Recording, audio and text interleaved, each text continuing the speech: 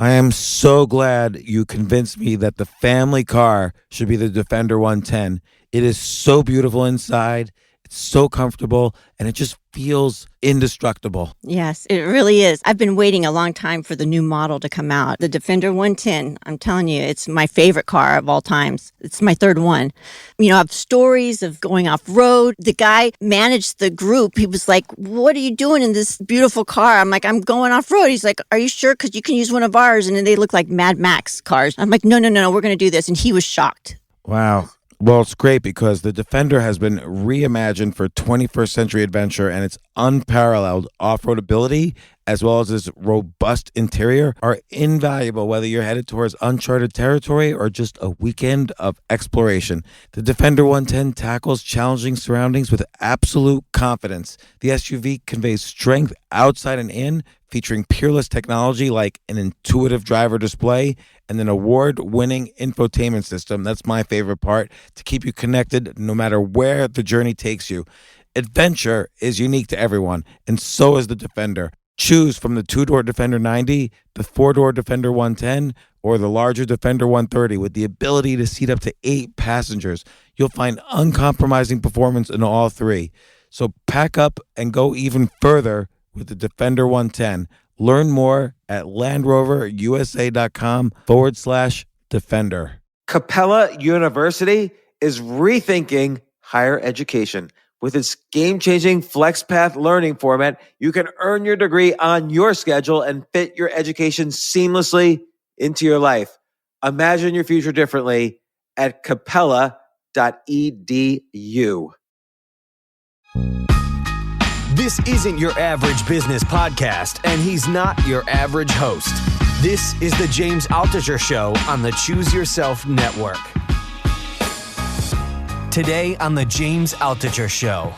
See, that's the thing. I really don't like meeting new people. I mean, I kind of want to meet new people, but I'm not really willing to go to some random conference and then just mill into the crowd. But you love it. You literally can do it, I feel, 20 hours a day.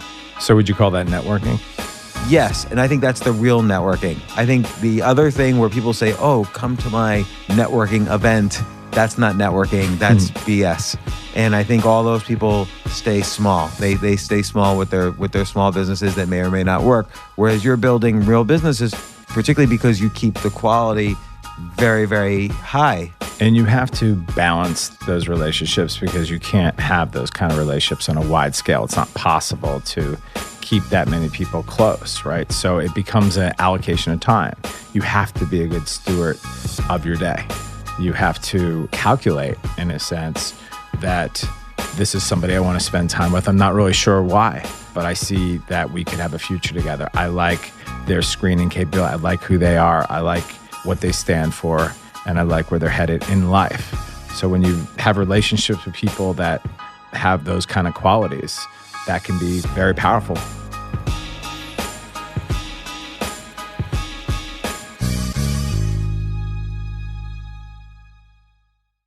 James, you have any idea where you're going on this interview? I have absolutely no idea, but I let what I want to learn be my compass for these things. So, with that said, Scot Cohen, you've been on the podcast once before. I don't know if people remember, it was 2 years ago. You are, I think I dubbed you in that podcast, the best networker on the planet, or at least the best networker I know. And we discussed kind of your history of networking, of how you became the best networker in the world. It was everything from you hanging out in your 20s with Alice Walton, like the richest woman in the world, and presenting her deals. And you had a very, what I would call a ready, fire, aim approach. Like if someone said to you, if someone called you up and said, "Hey, does anyone here have any deals in Russia?" You would just say, "I do," if you did or not. And then you would fly down to Arkansas and then fly to Moscow and start making deals. Is that a fair assessment? When you gave me that title of the best marketer networker in the world, I caught a lot of shit for that. So really? People were like, "Your best networker in the world, what is that?" And I had to think about it. What is it? It never struck me as something that I was really doing. It was just it was just how I was. It was who I was, but I didn't think of myself that way. So when you gave me that title, caused me. I thought about it a lot, and it's just a natural. It's not a preconditioned thought. It's not a something I go to work and say I'm going to network. It's just something that I just do without knowing I'm going to do it.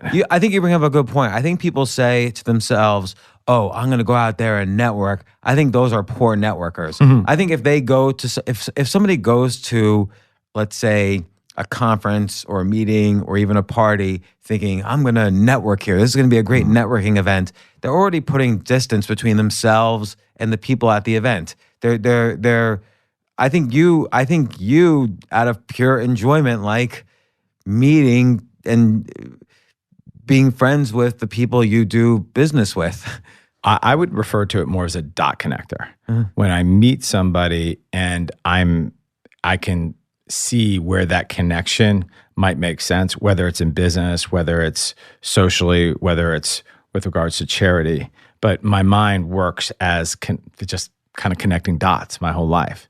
So that can apply to networking. But at the end of the day, putting this dot together with this dot and connecting is something that just happens naturally, whether it's business or pleasure or just social causes. Well, I'll give a good example. So, because this one has evolved in the past 2 years, Wrap Technologies, which is the I don't even like calling it a gun. What do you call it? We call it a restraining device. So okay, it's on the policeman's holster or the security officer's holster, and it's you shoot it at somebody, and it sends out a Kevlar cable at the speed of sound that wraps around someone. It's almost like handcuffs plus. It's like handcuffs you can use from a distance. I don't even like calling it like a replacement to taser. It's almost like super handcuffs, but it's non-lethal, obviously. And I remember when you were first starting to think about it, there was a problem, which taser was killing people, and also, people were just getting killed in the law enforcement space. There was the whole hashtag Black Lives Matter. There was the fact that a lot of these people being killed were mentally ill, and it's because it's scary on either side of being in law enforcement. A police officer goes out there every day and he's worried he's going to get killed. So they needed a more effective weapon. But then the taser started. I don't know what taser allegedly kills people as well. You've sent me some videos. I've seen some videos of this. And so they're no longer allowed to use the phrase non-lethal. So you're thinking to yourself, non-lethal. That's the only thing you're thinking. And then I noticed, I watched, you had friends who were police officers, friends who were ex-police officers. Then you called up an inventor who had previously 15 years earlier made a gun for the army. It was like a sonar gun. Then you called people in Israel who had bulletproof vests with cameras on them. Okay, that one didn't work out. Like, you called everybody you could, and you tried to put everybody together kind of in a room virtually. Like, what happens if we put all these people together? And then suddenly this new device was invented, the Wrap gun with this Kevlar cable. And then you, with your expertise in business, you put it together as a business and brought it public. And now it's being used by here's the other thing you do too. You don't mind just getting on a plane and going anywhere at any time. Like, I can't stand that, but you love it. And so you get on a plane. Okay, you're going to a law enforcement convention in California, then Florida, then Oregon, then Washington. Then you just travel all over the place. You put it all together, and then you step out. Company created. And now, what's going on with that company now? So my first call when we started conceptualizing a wrapping device was to my brother, who works for the State Department, and he pretty much laughed at me, thought it was a really silly idea, but I knew we really had something when my brother came around about a year ago and said, "Holy shit, I've got lots of people in the department talking about this. And if this really works like these videos are showing, you might have something revolutionary." So that was the first check, which was scary because I respect what he says. Right. He's in law enforcement. But to see him come around as this thing evolved, one of the keys to starting this was just the the frugalness of the team. People willing to just work because they believed in something, because they believed in me, the inventor, and this idea of a new tool that could save lives. So from a networking perspective, I think this is really important. If someone, the first time you call them, says, "Hey, I'll talk to you, but it's going to cost you this," or the second time, like, "Hey, I need a little bit more," okay, but it's going to cost you this. I think if people are not focused on a bigger vision, then they're probably not the right people to work with. Like there is a power of free, which is if someone is, not that everything people do is, oh, I'm just going to do free everything because I'm such a good person. Like people need to make money. But I think if someone's willing to work for a bigger idea at first and sacrifice short-term needs for a long-term gain, I think that's a powerful filter to know that, okay, you're doing the right networking. And those that took that step that you just spoke about made fortunes of money because they were in early. So those that took that step of belief and faith that we were going to make this happen, we would put together the cap structure to allow us to raise the capital to get to market with not only a product that was reliable, that could perform, but be in a position where we could train and run a budget where we could support a business. If we didn't have those people in the beginning that believed that we could get this done, that had their hands out, that had contracts in front of us, pay us here, we need our monthly salaries, and it would have been very different today. It was our ability to get through the development cycle of the product, file the patents, protect it, and then get out with a prototype and start talking it up. At that point, you had to have capital to do that, but that was a good year and a half. So people just had to suck it up in the beginning. And those that did benefited greatly from it. It changed their lives financially. A year and a half because, again, I think what you do is you find a problem, you get a lot of people in a room, and not just random people, but people who, you start thinking, well, maybe I can talk to this person, maybe I could talk to this person. And you start to throw ideas against the wall, because your very first idea on this, I remember, was just the bulletproof vest, I think, right? You were trying to solve it was the handheld sound gun. Okay, the handheld sound gun. But then I think you were really looking into the bulletproof vest thing. Right. Yeah, that's right. But that's like a commodity. And then you started getting into this. But by that point, you had former police chiefs on board. You had scientists, you had salespeople who had been in the space. Now you have like one of the ex-founders of Taser, who's the president of the company. And then I think you just keep going. You just keep going to all these conventions and you're meeting everybody. And it seems to me you're having so much fun. Like, oh, I just met the police chief of, I don't know, Lisbon, and and he said this. And then I met the police chief of, this city, and you're just meeting all these people, and everybody's got different ideas, and I remember one time I was telling you an idea and you thought it was good, but that idea didn't really pan out, and you just keep going with ideas. So the key there is being able to stay in the game. So as the ideas come, as you vet them with people that have the knowledge or the authority to speak on it, you can have the staying power to air it out, run through scenarios, build budget around it, cut it off, accelerate different ideas that make sense. And then as you see it start to form and as you see it start to get momentum, then you go you take a first crack at a budget, start putting the money behind it to get you to the next level. And I think that's what I do pretty well, is able to see what that next level would be, what the validation we need to get to write another check for the next capital raise, for the next funding, and then already have that second level in mind, that second phase, where if we get there, for instance, we've got a device that's working, it's wrapping. Once it wraps enough, let's go take it to LAPD, LA Sheriff, or another department. Once we show that it's working, then we start to work on what's the next step? We're going into a pilot. Okay, now let's do that 5 or 6 times. Now we have 5 departments going. So now what do we need? Now we need to make more. Okay, now we need some capital. So let's do our budget for the next 6 months, 12 months, 2 years, get to the next spot, and then we take another slug of capital. So it's with being mindful of product, budget and execution, and as that circle, and then we're just building. But what you just said people. is not trivial. Like there are lots of off ramps on that highway that you just described where you can go wrong. And I've seen so many people go wrong because you get religious about one idea, or you get religious about one timeline.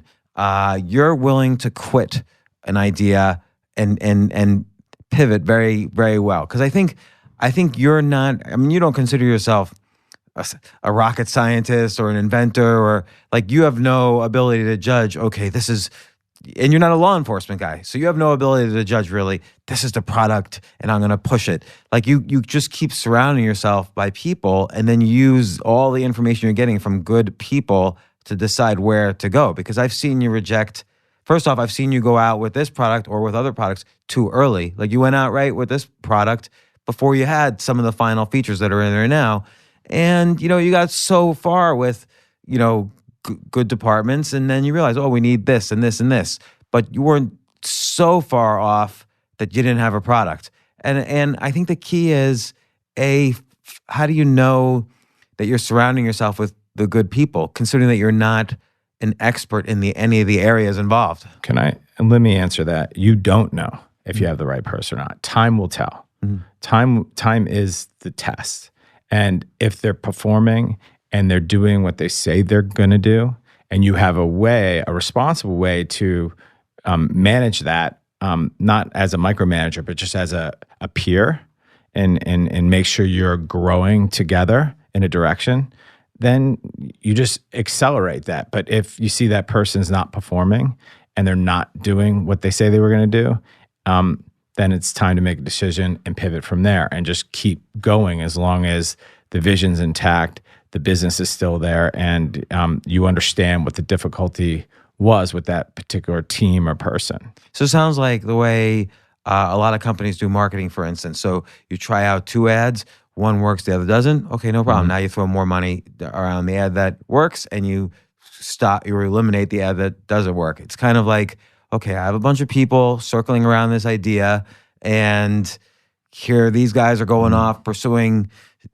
pushing for this thing, and boom, it's starting to happen. So that's your group now. You accelerate behind that group. Because I've seen you do it with other companies where, it's like I've seen over the past decade with one company, for instance, where it was a different set of people like every 5 years or every 3 years. Yeah. And it's a completely different group of people right now than it was 10 years ago. Yeah. And so I think people miss that.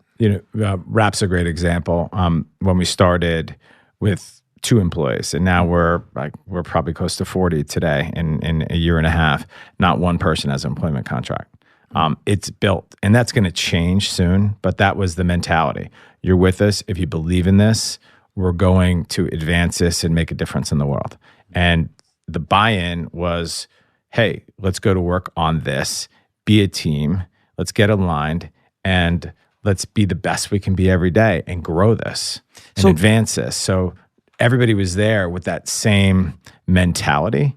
And if you decided that wasn't for you, or you're getting, it's okay if you leave. It's not for everybody. And so as you were building this up, how many times do you think you got on a plane to meet people you had never met before because of this idea? Every single time I get on a plane on this company, I meet somebody new, and I have no idea if it's going to be successful or not. See, that's the thing.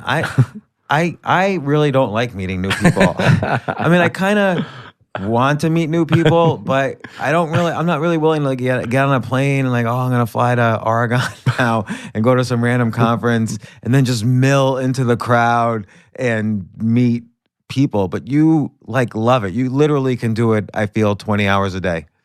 Politicians, chiefs, line officers, investors, the press, local, national press. It's a hodgepodge, and there's people coming at you constantly, or you're going to them. I like to go to them because it's got more intent that way. It doesn't always work out that way, but when I'm at my best, I know generally what direction I want to take it and the kind of people that I need to be in front of. And you're doing it. This is why I say, and this is why I think you had trouble with the word networker, because networking is such like a buzzword in, kind of entrepreneurial self-help and all that BS. Like, I don't think you view it as networking. I think you're out there, like, these people become your friends. When you meet one of these politicians, for instance, they show up at your birthday party or you go on vacation with them. Like, I always used to read stories, and we've actually had big billionaire CEOs come on the podcast, and they would talk about and then I went on vacation with, Ross Perot, and like the best networkers, they don't call it networking. They're going on vacation though with all their partners and friends. And well, it's a problem now that I'm getting married next week. After 50 years of singlehood, I'll have lunch with someone and I want to invite them to the wedding. Someone that I'm doing business with or someone that I've known, but I knew it from a business perspective. So the list has basically doubled in the last month or so in terms of who's coming. Right. And if this was a month from now, it'd probably double again. But that's just who I am. Why do you think that is? I connect with people, and I think that connection is going to last if I'm going to invest in that connection. And I want that to be part of my life. I integrate my life with people I'm connected with. And again, I always think I'm very curious about people and so on. But then you take that next extra step. Like, I went to one dinner at one of your houses, and there's an ex-police chief, there's a politician, there's a professional basketball player, there's a hedge fund manager, there's me, I don't know what I am. There's another writer who we're all friends with. It's just, and you really go in and get everybody talking to everyone else. Like, you just enjoy it so much. And so would you call that networking? Yes, and I think that's the real networking. I think the other thing where people say, "Oh, come to my networking event," that's not networking. That's BS. And I think all those people stay small. They stay small with their small businesses that may or may not work. Whereas you're building real businesses because you're forming these real attachments to people, that not with the idea that, oh, I'm going to one day monetize this attachment. I think most of those connections you build aren't monetizable at all. But if 1/10 of them are, or if 1% of them are, that's tens of millions of dollars, particularly because you keep the quality very, very high. And you have to balance those relationships because you can't have those kind of relationships on a wide scale. It's not possible to keep that many people close, right? So it becomes an allocation of time. You have to be a good steward of your day. You have to calculate in a sense that this is somebody I want to spend time with. I'm not really sure why, but I see that we could have a future together. I like their screening capability. I like who they are. I like what they stand for, and I like where they're headed in life. So when you have relationships with people that have those kind of qualities, that can be very powerful when you put together a couple dozen or maybe many more of those type of people. Yeah, and there's some math around this that I want to get to, or some research around this, but I think you made a good point, which is that you don't really know in the beginning. So yes, maybe something might attract you to somebody as, friend/partner/ smart person/ colleague, whatever it is. But you don't really know in the beginning. And I think that's true for most things. I think people assume their ability to either judge people or judge investments or judge situations. I think you have to kind of do lots of little tests somehow. Not test is the wrong word. You have to kind of really be observant. What's an example where you eliminate somebody? Because to meet that many people, you can't, as you were saying, it's a time allocation problem too. You have to eliminate people as well. And I've seen you do that. So let's just talk about eliminating an investment opportunity. Because what's an investment? You're investing in people at the end of the day, right? So if someone, first off, you have to be careful who you want to spend time talking to, what gets in front of you. You don't want to sit there and take a meeting just to take a meeting, because it's a commitment, not just of that 45 minutes, but it could be the broker's following up with you, the management's trying to get to you, they're sending emails, people are calling you saying, what do you think? So just taking a meeting, you need to be careful on the front end of that.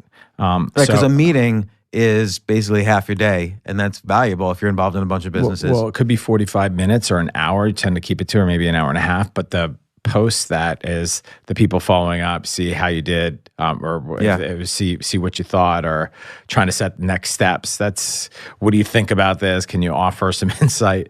So it can get very heavy. So I would say on the front end, in this particular case, what kind of company people do I want to surround myself with? And it's important to grow through all this. If you're not getting smarter, making better decisions, growing as a person and in my case, an investor, you'll just be spinning around for the rest of your life, and you probably won't be successful. How do you know if you're growing? Making better decisions, selecting executives, people you want to get behind, with more intent, with a better selection process, being able to look at, for instance, a deal that we just did that you and I both invested in was Charlie's Chalk Dust. Those two guys, Brandon and Ryan, started that company 4 years ago with $50,000 of paid-in capital, coming from zero business background. In 4 years, 3 years ago, they turned down big tobacco for a huge amount of money, close to $100 million. They doubled sales since then. Their earnings have doubled as well with no capital. Those guys are winners. Those guys are going to continue to grow. So, was the skill there getting in front of those people, having the access to those people? Maybe, because I got to see that transaction through relationships to people that I respected. But now that the opportunity was in front of me to do calculations based on their sales growth, their earnings growth, and how much capital it took for them to get there, that was a buy signal. So then it took time. A buy signal on, I'm going to spend more time with these people. I'm going to invest my time to start a process here and see if we can come into a mindset where the valuation makes sense, the cap structure makes sense, and we can all grow this together. I look at, when I make an investment, it's not just my money. You're getting my time, you're getting my knowledge, you're getting my relationships. I'm in. Not every investment, because the sizable investments, and I want to spend my time concentrated on bigger positions and much more selective in companies. When you invested with me when you had that fund of funds back when we had the hedge 2004, fund, 2004, we were doing 200, 300, 400 transactions a year. It was all it was all transactional. It was just a trade. It was a trade. We were doing our deals, hedging out the equity and delta hedging the warrants. Yeah. It was just numbers. I think then you weren't as good. I think judging the quality of people is a skill that is worth putting time into. Like, I don't think at that point you were as good at judging the quality of people. You were just as enthusiastic to meet people. Yeah, that's right. And kind of like the skill set of meeting people was there, but the skill set to filter wasn't necessarily there. And it wasn't until I actually jumped in the operational side of the business that I could really appreciate someone's operational capabilities. Do they have the right auditors? How are they managing their legal? What's their G&A look like? What's their fixed cost versus the variable cost? What's their contribution margins? I knew none of that 4 or 5 years ago. But that's just on the investment side of, like, the financial investment side. But I've seen some people you bring into your life who are, let's say, somebody giving you advice on, like, an ex-police officer giving you advice on law enforcement. I think one metric is how they've been operationally. Another metric might be, okay, are they showing you integrity and how they're giving you advice and how they're kind of showing up when you need them and so on. Yeah, I mean, getting to see who somebody is, somebody does take some time. Talk is talk, but over time, they typically earn their spot, hopefully. And if they don't earn their spot, there's either a reason why. Something happened, the market changed, they didn't get the capital they needed, things took longer than they should have, or just screwed up, didn't execute. And what I hate to see in people that I get behind is when they just, the storytelling, and it just changes and changes and changes. The story changed once, twice. At some point, it's enough is enough. And then you either, if you're lucky enough, you can cut your losses and move on, or sometimes there's nothing you can do. You just got to hope for the best and and go look for the next opportunity. So I've seen that a couple of times in my own life. Like I would say in the past 20 years, we're similar in age. I've gotten a lot better at the filter, but it usually takes someone, there's the kind of phrase, 3 strikes and you're out. For me, it might be 6, 7 strikes and you're out. And I should kind of get it down to like 1 or 2 strikes. Like, I had a friend once, good guy, always smart guy, always had good ideas, but just thing after thing would happen, like where I'd have to bail him out of this situation or bail him out of, like you say, the storytelling would start to happen. Like, remember 4 years ago with the gas liquid story where, this story, and it was a story, and then we ended up buying the company, and none of this, the stories just didn't play out. Now, that was a risk adjust. We made a decision that the upside was so big if it was working, so we were willing to write a check and back that. But how many times is a story off, and how many times are we going to keep doing this? And is this something we really feel confident? Our confidence was going to build over time, and we'd have made budget if we really felt like we could execute on that. But we could never get to a point where Right. it was clear enough that technology was a go, and we were going to build it out. So we cut loose. Both of us did. Yeah, We just yeah. cut No, it. I think by that point, I was better at eliminating. I remember one point where, so you have a business partner, Rich. You guys were together doing the fund, and back in 2004. And I remember one time you and Rich, it's in 2008, literally the month of the financial crisis. You backed me in kind of, we were all going to try this kind of a fund idea, and the financial crisis hit, and that the very first month, so fund idea wasn't going to work out. And I remember I didn't return Rich's phone call for like 2 weeks, and Rich said, "Look," finally Rich gets me on the phone, or I call Rich back, and Rich says, "Look, we're shutting this down, and you need to know if you're going to survive." He's telling me, and he's giving me good advice. You need to know if you're going to survive in this business, you have to. He said, "I'm not shutting it down because of any performance. I'm shutting it down because you didn't return my phone call. So you need to know if you're going to survive in this business, you need to return phone calls." And this was a big problem for me. Like I had to kind of get better at that. Really, that one little thing that was much more important than anything else in order to experience success. So it was a hard thing for me to get better at. And, there was a lot of things going on in my life and whatever. But again, that's a story that I was telling. And that's no good though when you're trying to build, your network, your solid, your team, you're the Avengers. It's no good. You need to be If a Spider-Man stopped returning Iron Man's calls, he would just, he'd be left out of all the fun. And hopefully the idea is over time you trust, and trust is earned, right? And you build that and build on that. And, we've now been working together for 15, 16 years. You and I tried another venture a couple of years ago. We were going to do the affiliate marketing in the crypto space. Great timing for that business. Made a lot of sense. You didn't have to risk a lot of capital. Market was on fire. And then it wasn't fast and overnight. And we made a decision.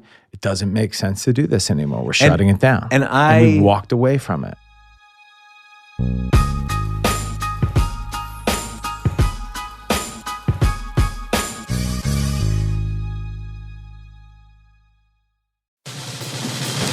These days, we're all investors, trying to be smart with our money despite our worst impulses. But at iShares, we believe that deep down inside of every investor is a better investor. One that's just waiting to be let out. Explore iShares ETFs and insights and let your best investor out. Visit iShares.com for more information. You know what I love about fantasy sports is that even though I'm not going to be a great basketball player or a baseball player or a football player or whatever, I feel like I get to participate and make decisions and use my knowledge of these different leagues or these different sports to compete. So it's like I can pick my team or I can pick my favorite players, and I could use my knowledge to make predictions and maybe even make money. So with the basketball season here, you can now pick combo projections across football and basketball from the Specials League on Prize Picks. This is a league created specifically for combo projections that include two or more players from different sports or leagues. Want to play alongside some of Prize Picks' favorite players like rapper Meek Mill and comedian Andrew Schultz, who's also been a guest on this podcast, and I've been a guest on his? You can now find community plays under the promos tab of the app to view entries for some of the biggest names in the Prize Picks community each week. Look, Prize Picks even offers a reboot policy so that your entries stay in play even if one of your players gets injured. For football and basketball games, if you have a player who exits the game in the first half and does not return in the second, that player is rebooted. Prize Picks is the only daily fantasy sports platform with an injury insurance policy. What? So I love playing it. I love anywhere where I can use analytical ability with my interests to demonstrate some skill and maybe make some money. And I like the game-like aspect. I do wish they had chess as a category on prizepicks.com, but I'll settle for what they've got. Maybe I should make my own fantasy chess league.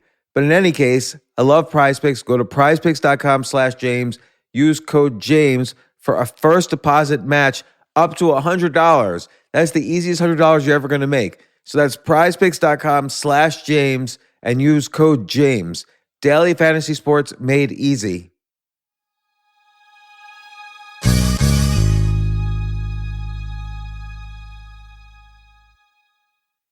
The future of learning is definitely online. Like, it's such BS that you have to spend $200,000 or take $200,000 in loans and go to some fancy school when it's useless. It doesn't guarantee you a job.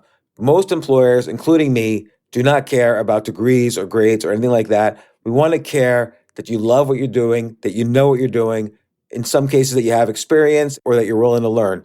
But people in general love learning and are curious. Like, the key to success is curiosity.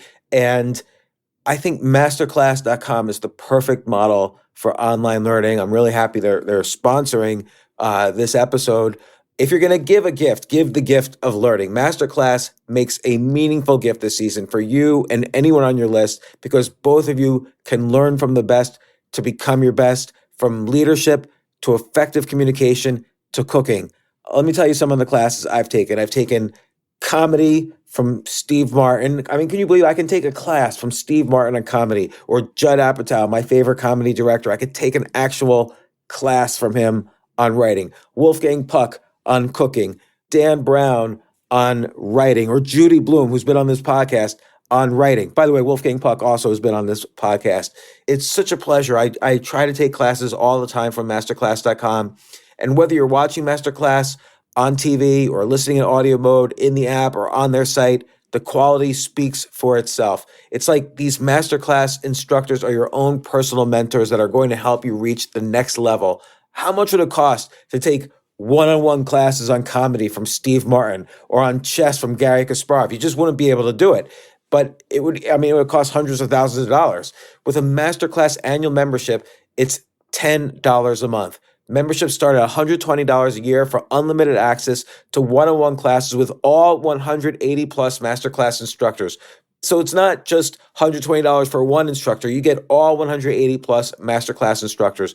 Boost your confidence and find practical takeaways you can apply to your life and at work. And if you own a business or are a team leader, use Masterclass to empower and create future-ready employees and leaders. That's the real education in today's world.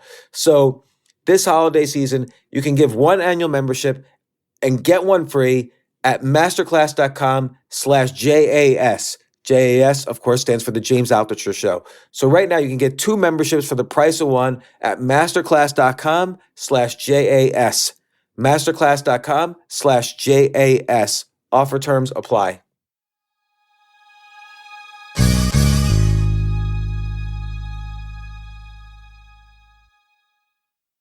I remember there were a couple of people who were really upset, who were involved, that didn't want us to shut down. But then I trusted your gut, which is that, there were so many things going on. You had a sense of which things to pursue, which things to stop, and I kind of outsourced to you. Okay, this is what we'll move forward, and this was what wasn't going to force you to do this. You knew what you were doing, so It made sense. And I think that's part of networking is, you build up this large circle of people that you could kind of call upon, and then, you try different ideas. Oh, yeah, people we knew pass by. You try different ideas. You bring together the right group of people. If it's, the Avengers and it's the right idea, then you go for it. If it's not, then you don't. And James, look at us right now, this next opportunity that we're teeing up with Stendra. Stendra is a company that got fumbled around for the last 3 years for a whole bunch of reasons we don't have to go into right now. But be that as it may, the company did, it's an ED pill. It's ED 2.0. It's a better ED pill than anything out in the market today. Viagra and Cialis had 90% of the market. They still do, but it went generic. By the way, have you tried all 3 products? Good question. Yes. All right. And you feel that this one works the best? This one is a much faster activation. You can eat and drink as much as you want on it, but I'd like you to try it and let me know what you think. This drug, the thing that we talk about, we haven't made the investment yet, but here's a company doing $20 million in top line, 2 employees earning $9 million. That's unheard of. No marketing, no infrastructure, no sales, 2 people that are, one's a lawyer, one's an accountant. Then the idea is $20, $30, $40 million in CapEx. What do you think the top line is going to do there? So our cost of goods sold the pill itself costs $0.005. So that seems like, let's build a world-class team to drive valuation, increase the CapEx, and we could take the whole market in ED, which is $4 billion US alone. Maybe we won't get the whole market, but we got a better drug. We're going to have as much capital as we'll possibly need. It's a very profitable business. How do you commit? So they've got a good thing going. Like you say, there are 2 people working on this great growing business. How do you, convince them to keep working with you? They don't really need you. They're probably talking to themselves. First off, it's an interesting thing, and I wonder if you know this. This is not really a segue because we're gonna get right back to this, but this is related. I find when I'm talking with you or other partners about a business, the product, okay, we already buy into the product. That's kind of the easy part. If the product's good, we know. If the product's not good, we kind of know. Really, after that, 90% of the conversation is about the people involved. So are they good people? And what's the psychology of making decisions that involve all of us instead of, 2 sides? Mm-hmm. So how do you kind of get through that? In this case, how do you get them to work with you? Well, in this case, it's completely opposite, right? You have a product, but you have no people. So can we build the right people around already a good product that's performing, which is so unusual. Typically, you have a company that's doing 20 million in sales and earning 8 or 9. You got hundreds of people. Here you got 2 people. So everything we do from here is just going to be accretive. All the top line, the revenue that we build in this is going to just drop right to the bottom line. So intuitively, this is going to get huge. The product's better than everything out there right now. There's nothing in its class. Viagra and Cialis just don't perform like this does. This was intended for ED. The others just weren't. They were byproducts of heart disease. So back to your question of how do I know, or back to the question, how do you know who to put around that? No, how do you get them? Why do they work with you? 20-year relationship with the person that bought it for $80 million. He bought it about 3.5 years ago. Is this the first deal you've done with him? We've invested together for 20 years. He was one of my first investors in the merchant bank Vertical Ventures when I was 29 years old. John Schulman and I have been friends ever since. We're friends. I didn't call him an investor. He started off as an investor, but our relationship's gone much deeper than that. I had lunch with his oldest son last week in LA, and we'll be helping him get a job. The kid really doesn't need help. He's a phenomenal, brilliant kid who's going to be very successful. But John runs a $1.5 billion fund. When he came to me after he got full control of the company and said, Scotty, it's our time. This is what I've been waiting for. This is the deal we're going to work on together. Let's make this happen. And he's thinking he, as opposed to other companies he might have started, he wants to access the public markets for this one, or he knows you can help him in some ways? He knows that I've been successful. He knows that I have good judgment. He knows I know the public arena very well. He knows I have access to people like you that have lots of followers, both in your newsletter business and in your podcast business. And the network of those people is tens and tens of millions of people when you put it all together. So he already knew that. So John's obviously successful and has lots of intuition and dot connecting capability, and it's been a proven success. So John knows that in the marketplace, we can get an audience for that would probably be, I will say, like nobody else could, not just from interested investors, but from this whole ecosystem of podcasts and newsletters and sell-side analysts and media. I mean, look what we did with Rap, for instance. We have 10,000 people a day coming to our site. We don't spend $1 on advertising. We've had 800 TV shows. We've been on 800 TV shows domestically and internationally in the last 3 months. And that's all a lot because of your efforts flying all over the planet. Not just me, I mean the team, but originally, yes. I mean, putting together the capital and the team and the idea with Woody. But yeah, I'll take some credit for it, but ultimately it is a team and the product's awesome. And the people we have are phenomenal and they're playing at a higher level. Sender is going to be the same because we get to build that team. Different deal than I've ever done. Normally, like Charlie's came with an incredible team of super committed guys that Brandon and Ryan built up underneath them. I've never seen anything like it in business, how connected, how brotherly that team is of 50. They're taking on the world and they're going to be huge. Stender is very different though. We got a product that's already selling to the doctors just domestically, and it's super profitable and everything. We get to put together the world's best team. Last week in LA, right after I met John's son, I was meeting with the CEO of Virgin Media. So he does all Branson's marketing. Okay, like how do you get that meeting? Why do you just call him up and say, hey?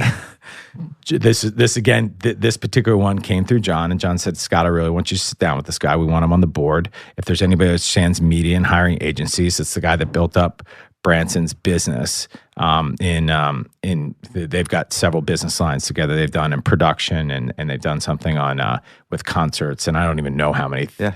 Branson's got a lot of different business interests, but he runs Virgin Media, and the kid, his name's Jason. He's phenomenal, and we hit it off. And who better to oversee the branding, the marketing campaigns, the agencies that we're going to hire than this guy? Yeah, it's fantastic, and he'll find us the guy that can execute on the media front. And potentially, this is the sort of relationship where, like 10 years from now, something else is going on.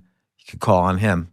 How about 10 days from now? Yeah, something else is going on. For instance, maybe Virgin, or maybe he has a connection for us on the Charlie side, right? For something that they want to get branding to, that they could co-brand with us. So what do you think was the switch where, like, again, we've all been through the struggle of being around, there's that saying, you're the average of the 5 people you spend time with. We've all had the struggle where too often we had the wrong people in those 5 or 10. When do you think the switch happened for you, and why, where you were able to eliminate people much more quickly and fill those holes much more quickly? Because I've kind of seen it happen in the past 10 years, but I don't know what the switch was. The switch was going through misery for a decade, doing something I shouldn't have done, going into the energy business with way too much money, way too much confidence, in an incredibly difficult business when you're talking about seismic interpretations and something you don't know anything about. I know nothing about. It all looks good on paper. Yeah. Looking at a log, then looking at the engineering of what the recovery of a well is.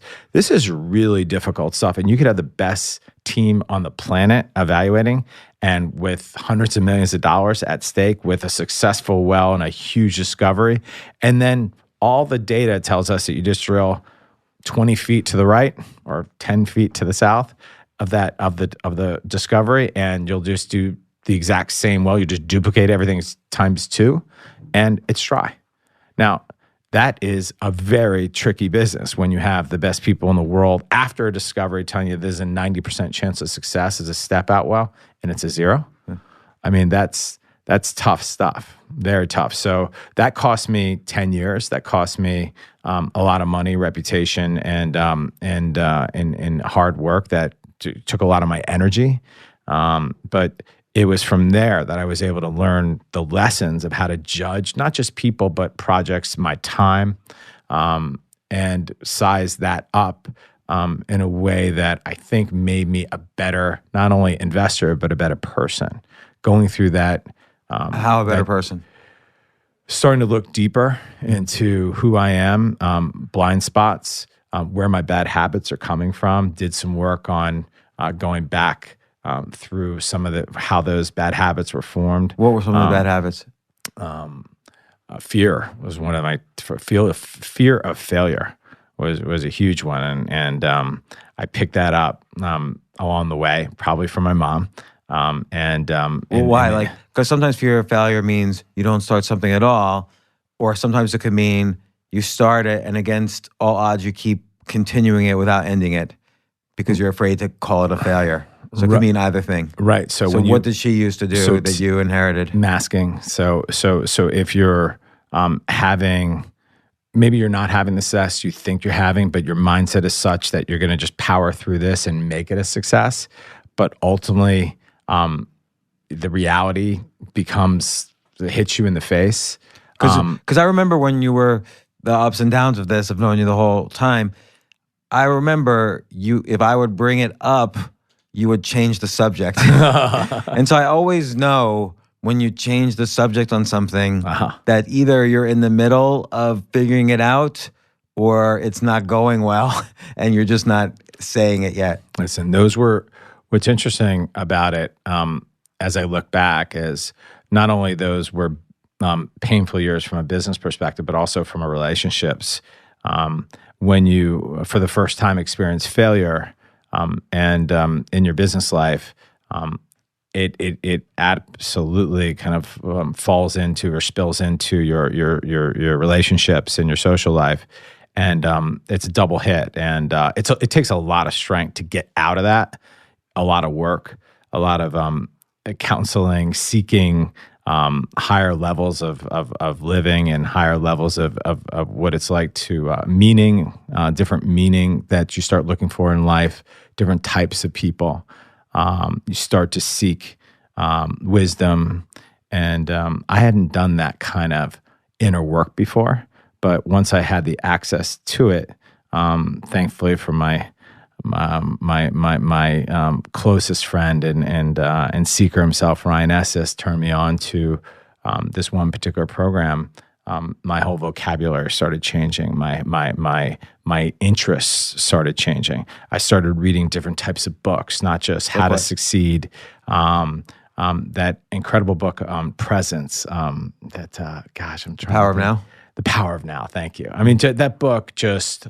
It's skipping because I've been reading so many books lately, but that Power of Now book was really, when they start getting into the presence of be present, and that theme ran throughout the book, that was kind of a wake-up call. The Hoffman Institute was another wake-up call for me, going back and finding out where these bad habits are sourced from, going back to your parents, doing the tough work on really looking at your parents, your mother and your father, and seeing and being compassionate what they went through, and then going further back and going a deep dive on their parents and how they were raised. And what do you think, I always wonder about this, what do you think the faults of your parents and grandparents were that led to behaviors you have now or that you're trying to overcome now? I think, it's different sides, right? And there's a whole list, actually. I thought it would be just a 5-minute exercise. It turned out to be a 3-day exercise of me listing things.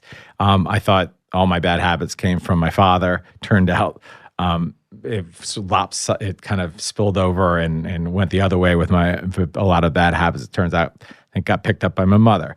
I'm not blaming her. It's just what I picked up as I did that deep work to reflect to see where some of that pain was coming from. So why those decisions were being made, some of the bad habits that I kept doing over and over and over.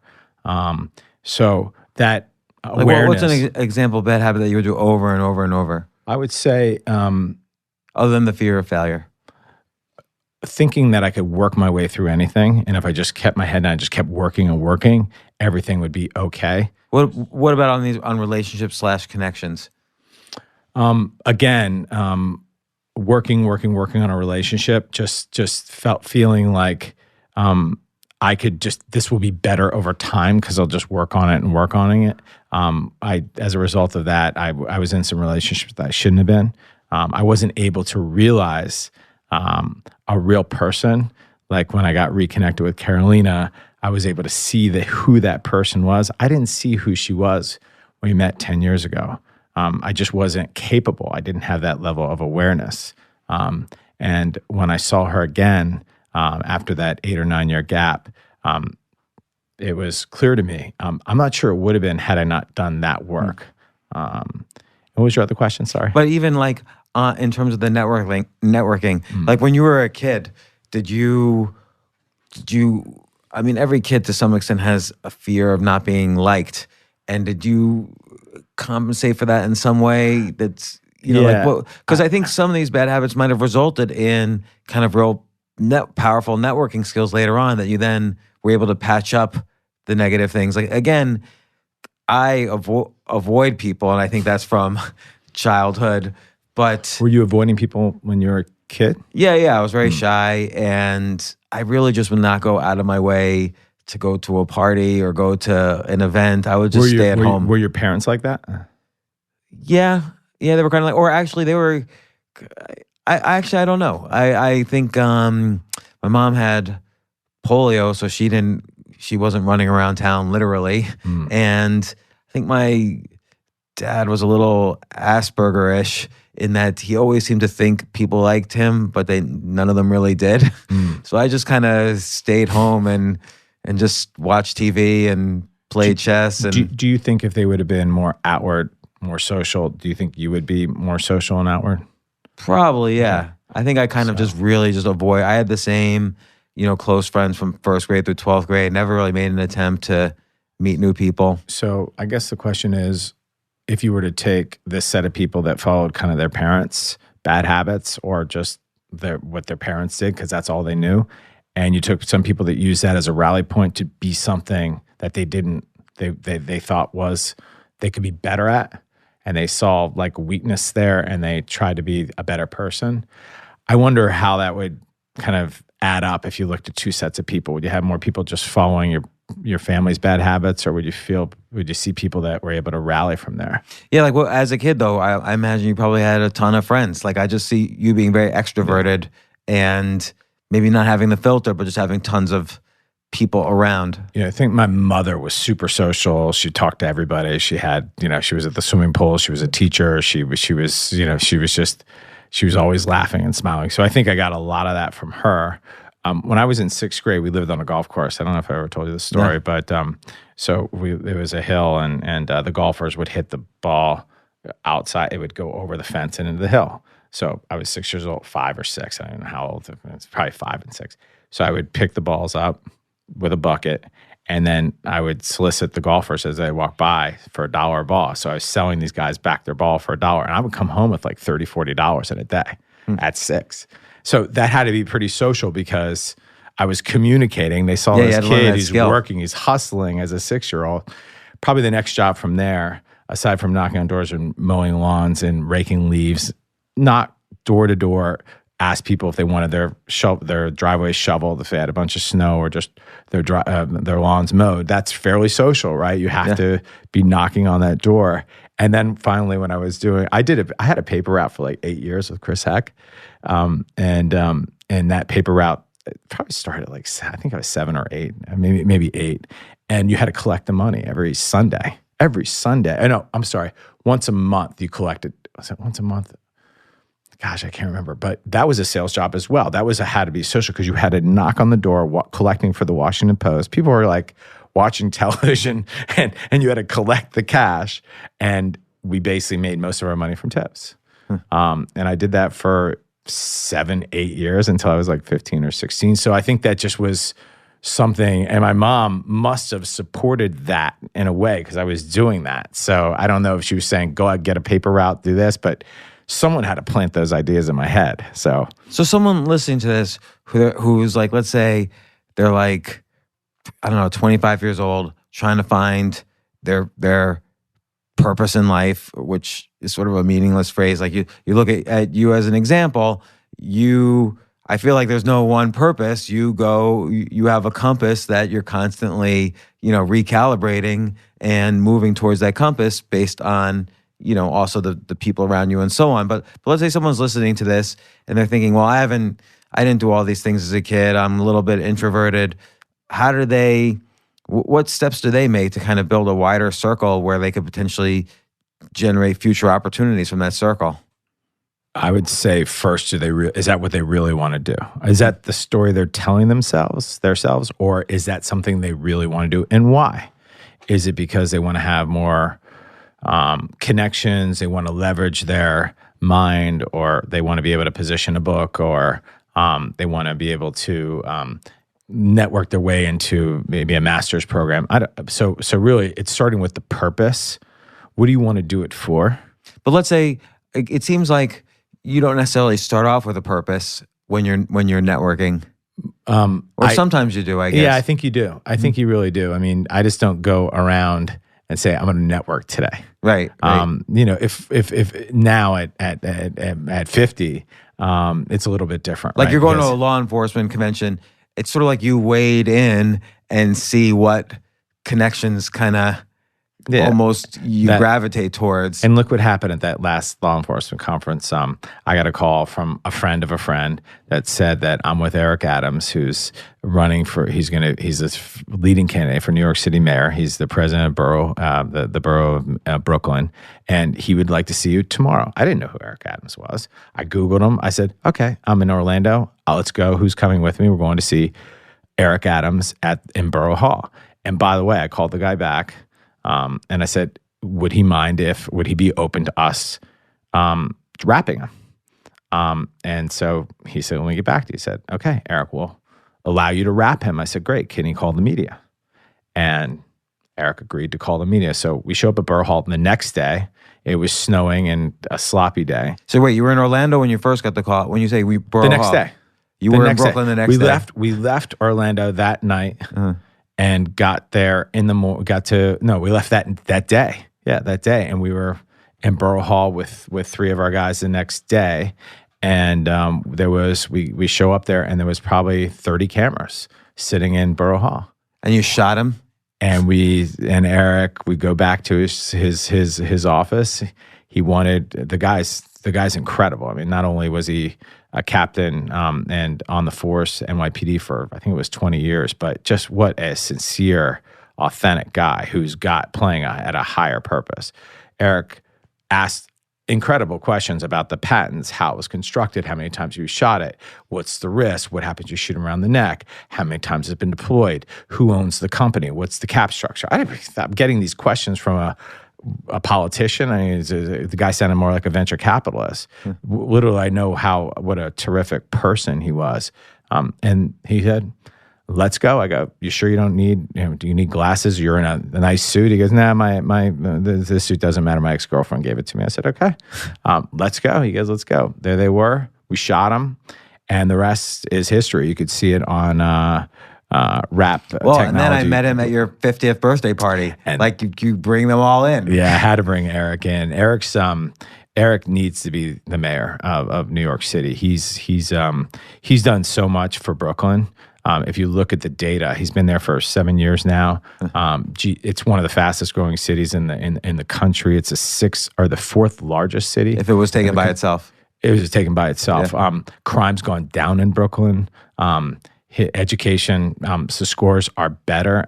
He's on a whole health vegan movement. He's getting unhealthy foods out of the public school system.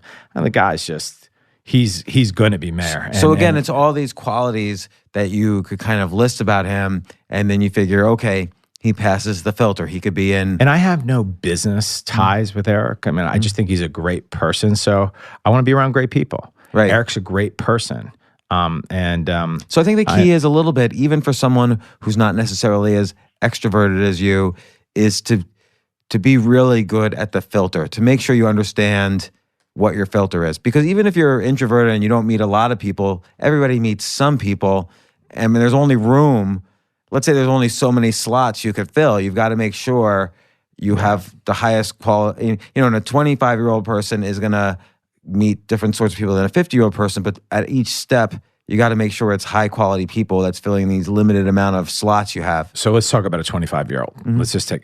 So does he or she know who they are and what they want? I mean, why do they want to go network with people that serves no purpose, right? What are they networking for? They want to they want to find out about what books they like. They want to find out what movie to go to. They want to find out about life. They're looking for spiritual advice, religious advice, whatever it is, business advice. They need to get a purpose. So you need to really vet that with someone you respect. How do you find purpose? How did you find it? How did I like? find purpose? I think at 25 you were kind of focused on succeeding at your job. Yeah, and that was my purpose at that time in my life. Do I regret that? No, I don't have regrets. But was it a little too job, career, money oriented? Yeah, looking back, probably. I didn't have great balance. So if I had somebody that I was able to speak with that was a more balanced person, both in socially, with relationships and work, my business, I might have that could have changed my outcome. It just so happened that I surrounded myself with people that were in the fast lane trying to grow business and would just talk about business constantly, and that because that's what you were interested in, for good or for bad. That's what happened. That's just how that was a set of circumstances I grew up in.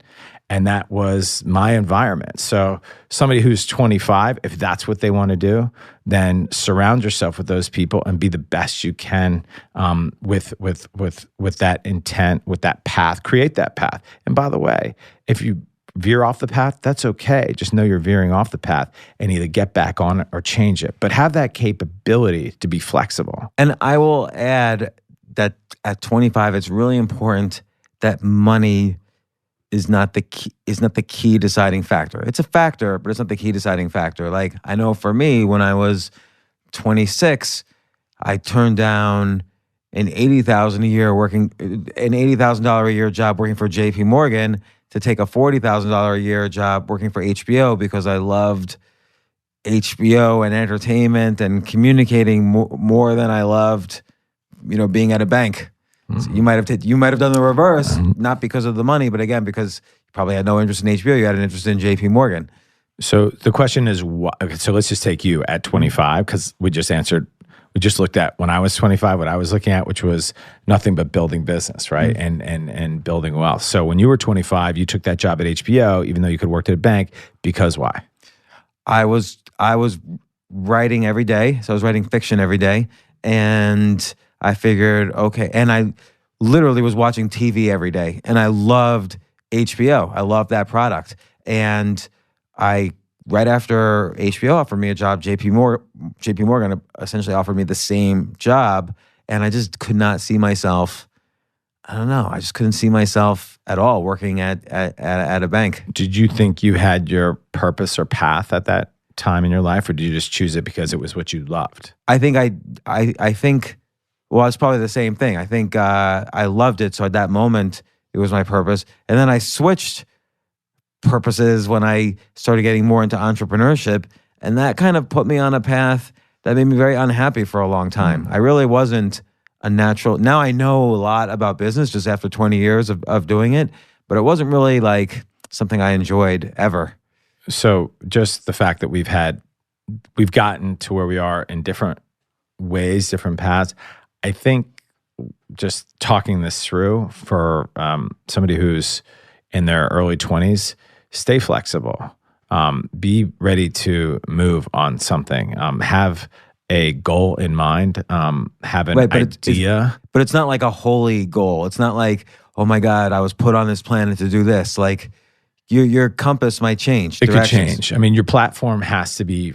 You need to try to build flexibility in your platform. So if you're working for a large company and you know that you're just going to climb the corporate ladder, And that's what you want: job security.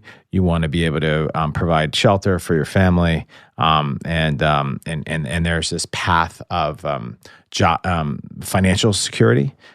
That will work for plenty of people. If you're going into law enforcement and you want to have an impact on society, you want to make our cities safer. That's awesome, and there should be a path for that with flexibility. Maybe you go into working for the city. Maybe you take a job. Maybe you work for the military. Maybe you work for the sheriff's department. And you say the word work because it's more commitment than just going to a meetup, for instance. Like somehow or other, to meet the right connections, you have to invest in networking and not just show up for networking. Yeah, I mean, even if you're in law enforcement, you need to be. I mean, I hate using the term networking, but you need to be having a group of people that you find to be interesting, that you can access down the road to bounce ideas off of, talk about their jobs and what they see, And then how do you get that as a 25-year-old? How do you get that desire to No. Once you have the desire, how do you? Again, you can't just go to like a networking event because those relationships might not last or they're kind of flimsy. Mm-hmm. Like for you, I remember from the last time you had to find investment opportunities in Russia. You had never been to Russia before, but you got on a plane, you went to Moscow, and it's like you have to do the thing that nobody else is doing. You have to experience something. You do that. You're on it. I mean, if you need to go out and meet that person and have a deeper conversation with them, and really understand who they are, and if that's something that might be said in that meeting, something that you might feel in that interaction, that could solidify your path, or maybe you back off and say, this is not what I really want. I'm just kind of thinking over here now. And then you start looking for opportunities that connect you with that long-term, that current thinking, I should say. So it's I think it's more drive related than let me go network. You have to have the drive to be your best self. You have to have the drive to want to make that connection, want to learn what they're doing, and adjust from there. Right, because, and again, that's related to the, I actually didn't mean to interrupt then. That was a point when I should have let you keep going. But the idea of like getting on a plane and going someplace instead of everybody else just reading the newspapers or making phone calls. Like you have to, like you would, did you fly to Arkansas, for instance, to meet Alice Walton? She met me in DC, but no, but and then I met her team in Moscow. This was a different trip. But yeah, you have to do. You can't just sit there and think about it. You have to do it. You can't write up big emails. Yeah, just go ahead and experience it. Experience life. Experience your ideas. Take a chance. Go out there and fulfill an idea. You're not going to know until you get out there, take the steps, and then use your best sense to know if you want to continue to advance or move back, or maybe just continue to be observant, and then take a step when it's right to step out again. But your point is, do it. Yeah. Just don't talk about it or think about it. Because I think like fast forward 25 years from that point where you go to Russia, you flew from Orlando to Brooklyn, so first thing in the morning you could show up at this guy's office and shoot him with a gun to show him how it works, rather than just like talk to him on the phone along with 50 other people that you're talking to on the phone, and none of them might work out. Mm-hmm. If you build one solid, deep relationship and it's a good one, it's a quality one, then that makes all the difference. Because I think there's a number called the Dunbar number, which is it's the number of people you could basically possibly socially know, and it's about 150, and it's based on all this evolutionary stuff, like the human tribe 70,000 years ago kind of expanded from 40 people to 150 people. And then there's other numbers where you could have essentially 5 to 10 close friends and 10 maybe good acquaintances. So these are all kind of evolutionary things. It's not the same for each person. My guess is for you is probably a little more on each thing just because you're extroverted. And but you have to be really careful how you fill those spaces. And in order and two things. One is in order to fill them, you have to do things that other people aren't doing. So like with this guy who's the Brooklyn guy, you flew to see him, other people are just calling him. So you separate yourself out from the crowd. And that combined with your filtering ability makes that a worthwhile investment in your time. Let's take Sendra. It's a perfect example, right? I don't know anything. I'm not an investor in biotech or pharma, but I do know one thing. We have an FDA-approved ED drug. There's only 4 others, and they're all off patent. So what do we have to do? We have to get to every urologist in the country, actually every urologist in the world. How do we do it? I don't know anybody in that world. Start making connections. We start going to guys like David. We start going to guys that have access to the doctor networks. And we start formulating a plan to get out there and start doing. What is doing? Communicating, telling our story, getting certain we start to have our conversations with 60 Minutes. We start to have conversations with certain politicians that are going to speak up about what's going on with the abuse in ED right now. You're going to make the conversation, you're going to elevate it through podcasts and other forms of media. It's a strategy. I don't know any, but we're doing it. We're putting together the capital now to get ready to make this investment, to get after it. We're not just thinking about it. We're not strategizing about it. We're in motion. That's the difference. And then you also have to be, again, really good at the filtering so that you don't waste one of these precious 10 spots where you're going to be flying around to visit that person. You don't waste any of these spots. And it seemed and you basically have to build your Avengers team for every big project. Like some people in the Avengers are really strong, and some people in the Avengers are really fast, and whatever. You have to kind of find the qualities that you're looking for your team. And this is where it's been a little bit of a struggle because I've always had teams on the investment side. Where I was running a fund. I ran a private equity fund and a hedge fund with Rich and Josh. Now I don't have that fund. I just invest on my own behalf. So that team isn't as clear because they're not working for a pot of money for LPs. I'm just, so putting together that team is now really trading on my relationships, trading on trust, alignment, belief, higher purpose, because I'm not managing outside money anymore. So, and by the way, I feel much more free to do whatever I want. Whenever I want as an investor. I'm not tied to a specific investment strategy. I don't have to worry about my marks. I'm just out there in the world blazing my own trail in the business world. So I get to choose what relationships I have. But you're honing in on the 100%. The right thing is the team, the core, to be able to scale and leverage the knowledge to go from ED, vape, CBD, oil and gas, and law enforcement. I mean, those are insanely different businesses. They don't even make sense. Right.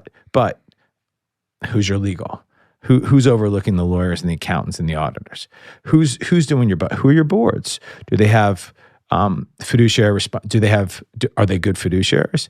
Do they have audit experience? But again, it's like you're not just calling people on the phone. You flew out to LA to meet potential board member. And I have great board members that we put together on RAP, a former DuPont head of M&A who's a corporate governance brilliant mind, and a compensation expert that did comp for the whole DuPont, the whole DuPont structure. So he serves on. So what's fair, options vesting, alignment, best practices there, budget building, real planning, people that can execute on delivery, manufacturing. Those are all key people. Marketing, another huge thing. So who's that marketing team? Does it lend itself to the rest of the portfolio? But it seems like what you do is, and this is key for investing, but it goes down to the relationships you build.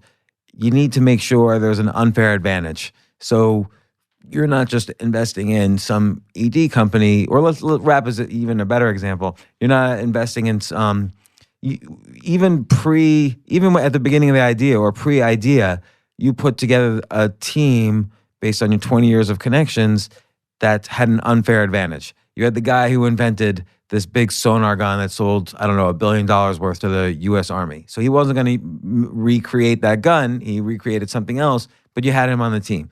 You had people from police forces on the team, so you knew what their demand was going to be for. So you could quickly eliminate bad ideas and focus on good ideas. So you put together a team that gives you an unfair advantage compared to like the guy sitting at home just making phone calls. Well, and the real unfair advantage is you have capital. When you write a check yourself and you lead a round, or you just do the whole round yourselves, that is very different than most, because most, you're running into a banker who's going to raise the money, who's going to do this. So when you put your money where your mouth is, and you have the team's access, and you have the ability to get more money at higher prices, on the public side or maybe the private side, that is an unfair advantage. But I see that though as coming in stages. So when you're young, you have to get it by knowing people who have capital. Then when you're a little older, you can put together maybe a fund of capital, and then you kind of evolve to the point where you've had some successes and you're able to put your own skin in the game. I mean, at each level you're putting skin in the game because there's reputation too, but a 25-year-old just working out, he's got to start with, or she's got to start with, building that network, constantly shifting it, keeping tap of where his or her interests are, figuring out where the unfair advantage is. Like, okay, I know this person, this is going to turn into an unfair advantage in a variety of situations later on. And it seems like that's what... And not that we always win off an unfair advantage. We think we have the unfair advantage, so we capitalize ourselves and take steps to go and take advantage of that unfair advantage, but it doesn't always work out. Doesn't mean you can fail there. You think you've got an edge, and you start allocating resources and time towards that, and it doesn't work out. That's okay. Be in a position to adjust and fix it, and then get yourself into another situation where you're in a growth spot. Right. Like, I think I've seen you in a variety of situations when something doesn't work out, you put an immediate halt. Even if you're feeling like a little bit, I don't know, boom, there's like a halt until you either decide to stop or move forward. Like, if the unfair advantage is not continuing, then you're not moving forward. I've seen you do that a number of times. Yeah, I mean, that's painful stuff, by the way. That is really painful, because you got a lot of people involved. There's just a lot of elements at play when that happens. So it's not something I enjoy. That's just something that is kind of... But it's important. It's important when you're investing. I mean, we want your investors. You want to have success. And you're using your judgment, your time to give yourself the best opportunity for success. What's a time when someone got into the inner circle and then they just horribly disappointed you? They just did not belong in the inner circle, and you had to basically cut the cord. How many times that happens? All the time. I mean, I hate to say it, but depends how you define inner circle. Like, the people that I can count on both hands. That style. I mean, it's doesn't happen that often anymore. Those people, when it used to happen. Because I didn't know how to judge people. I didn't know who I was as a person, which allowed it put me in a position where I was making bad decisions. But as I grew as a person. And then I was able to increase my wisdom and my knowledge and business savviness as a business person. Putting those two together has been really powerful, because I'm making better decisions about people. So like basically, I think, again, when people think networking, they think, oh, I've got to go to all these meetups or mastermind conferences or networking events. It's not that at all. Like, the seeds of it are kind of internal to some extent. So what would you say, like, again, someone 20, let's just even say someone 50 years old who's been an accountant all their lives, now they want to break out and do something new, and they're listening to this, they want to change their lives. What are the first 5 things they should do? Build a list of people that you think, build a list of influencers. Start with 5. Who are those 5 people that have influenced you in your life so far that you respect for personal advice, business advice, relationship advice, it doesn't matter. Go to those 5 people. Go to them. Go to them. Don't talk about it. Do it. Do it now. Get in front of them. Grab coffee with them for 30 minutes. Bring your notepad. Be respectful. Start to talk from their perspective, what they see in you. Start to test certain ideas with them and try to get a path, perhaps. Then you go to your next person, your next contact, and have coffee with them and further that idea, further that thought. Hear feedback, be open, be free. You're in exploratory conversations with people that love and care about you. These are trusted people.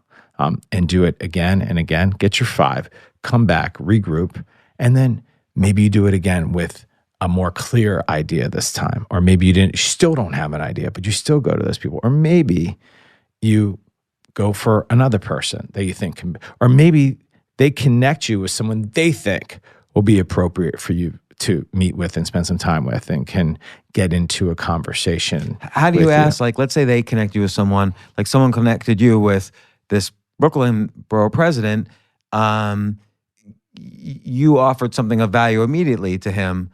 What if you have nothing of value to offer? But this person says, oh, you should definitely meet so-and-so, but you don't have anything of value to offer so-and-so yet. They have to believe in you.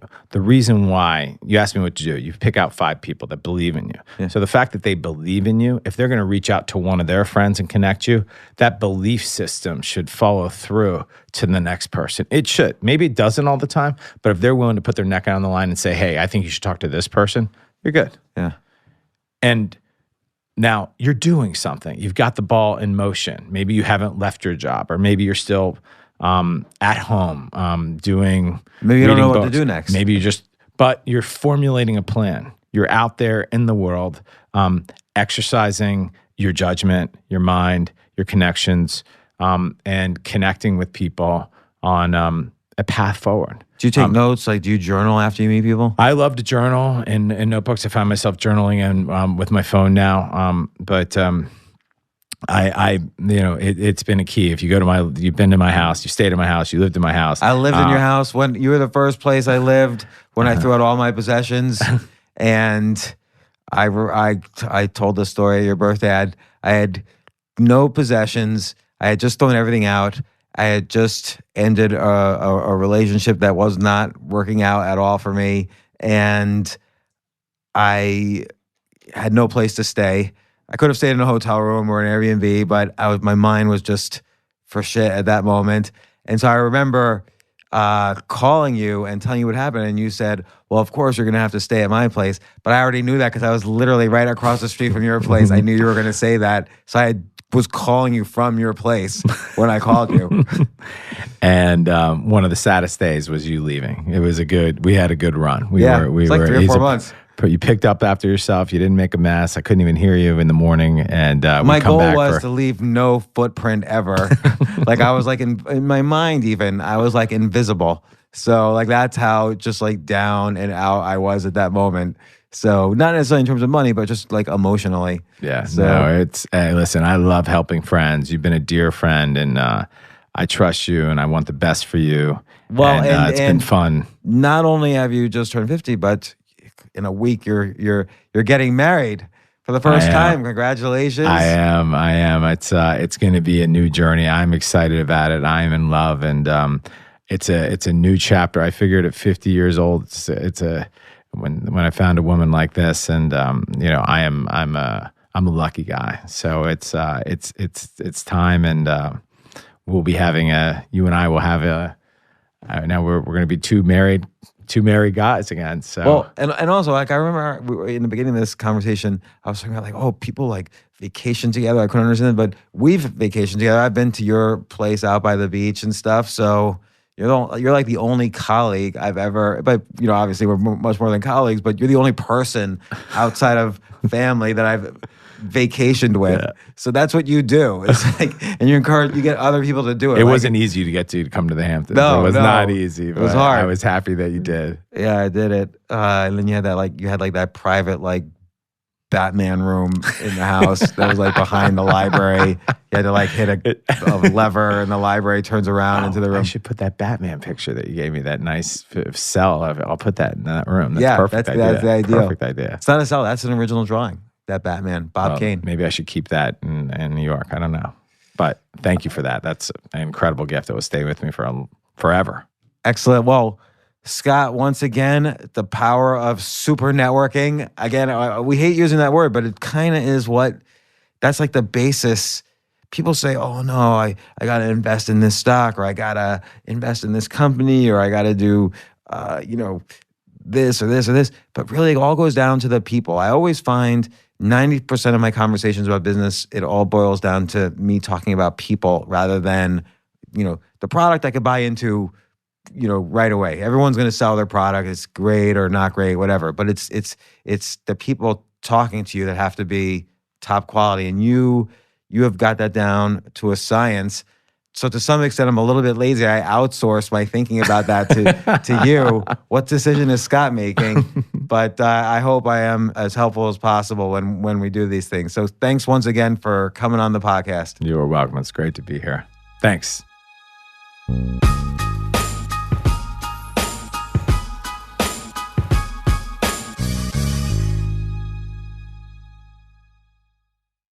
AI might be the most important new computer technology ever.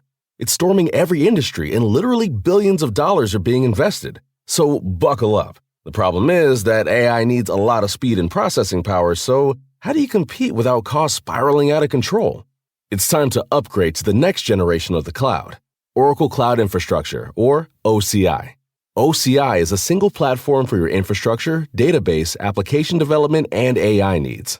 OCI has 4 to 8 times the bandwidth of other clouds, offers one consistent price instead of variable regional pricing, and of course, nobody does data better than Oracle. So now you can train your AI models at twice the speed and less than half the cost of other clouds.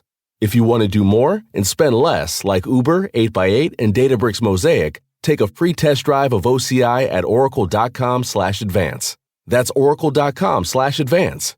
oracle.com/advance.